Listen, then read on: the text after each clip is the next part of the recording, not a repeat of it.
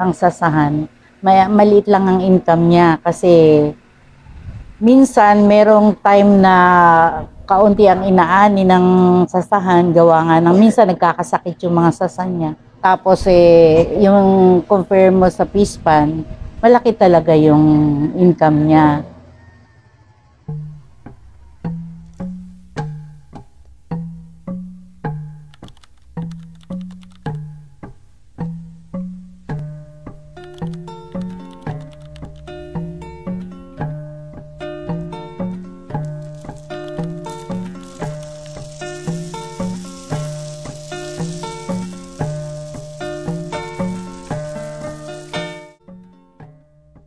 Nung araw kasi halos panay sasahan dito kinonvert na talaga sa sa mga palaisdaan.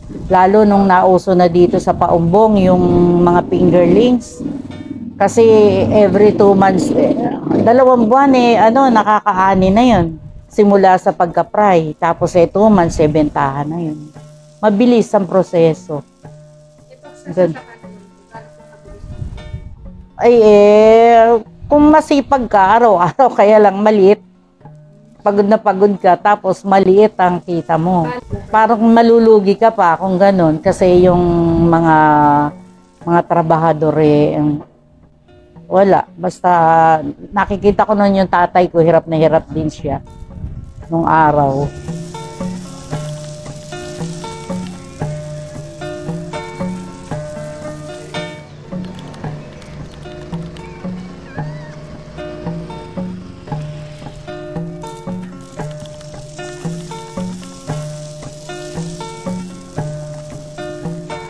Mayroong ipinasa na rin na kung di ako nagkakamali resolution o ordinansa sa ganyang bayan na bawal i-convert yung mga sasahan. Kaya lang, since mas malaki ang kita pag naging peace fund, hindi na monitor ng munisipyo, ng barangay, yung kaganapan dun sa may mga sasahan. Kaya sila na i-convert nila yung sasahan, yung pinakagitna nung bukid, yun ang ginagawa nilang plaisdaan, at yung mga paligid, naroon yung sasahan. Para lang kung merong napapasyal, makita nila na marami pa lang sasahan. Pero kung papasukin mo yung loob, ayun, marami nang na-convert, nagiging plaisdaan.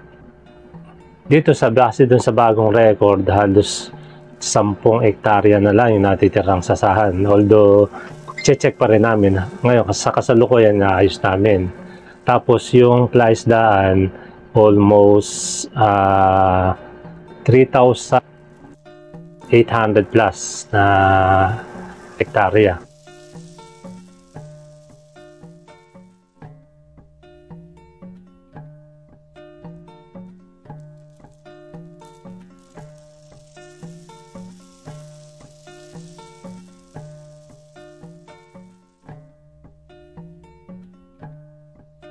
Yung pagsusuka kasi o pagtutuba ay talagang commitment niya, malaking commitment.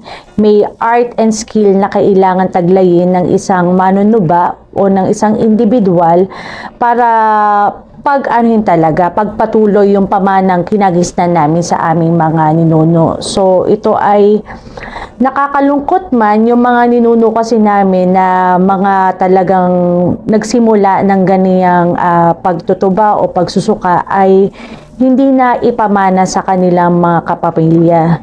So ang nangyari po, dahil hindi naman dumami yung magsusuka o magtutuba, naisip nila is i-convert na lang siya into fish pan. Kasi kailangan magkaroon ng hanap buhay, pagkakaroon ng source of income yung ating mga kasamahan dito sa bayan ng Paumbong. Kaya siguro ito yung naging dahilan kung bakit nagkaroon ng conversion na ganito at lumiit yung mga nagsasasa.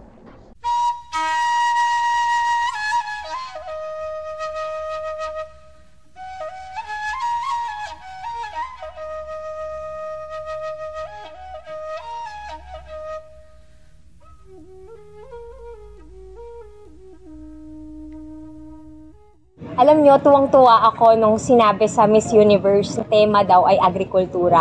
Kasi ever since then, simula nung naisipan ko na pumasok sa pageant, kasi first pageant ko rin yun, sabi ko talaga, ang gusto kong ipakita ay ang puno ng sasa.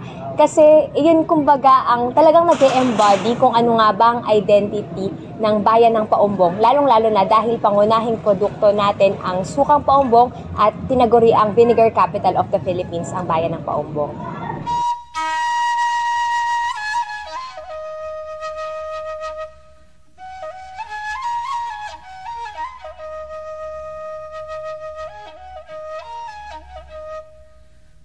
Yung sukang Paumbong kasi may sentimental value din yan para sa ating mga Paumbongenyo.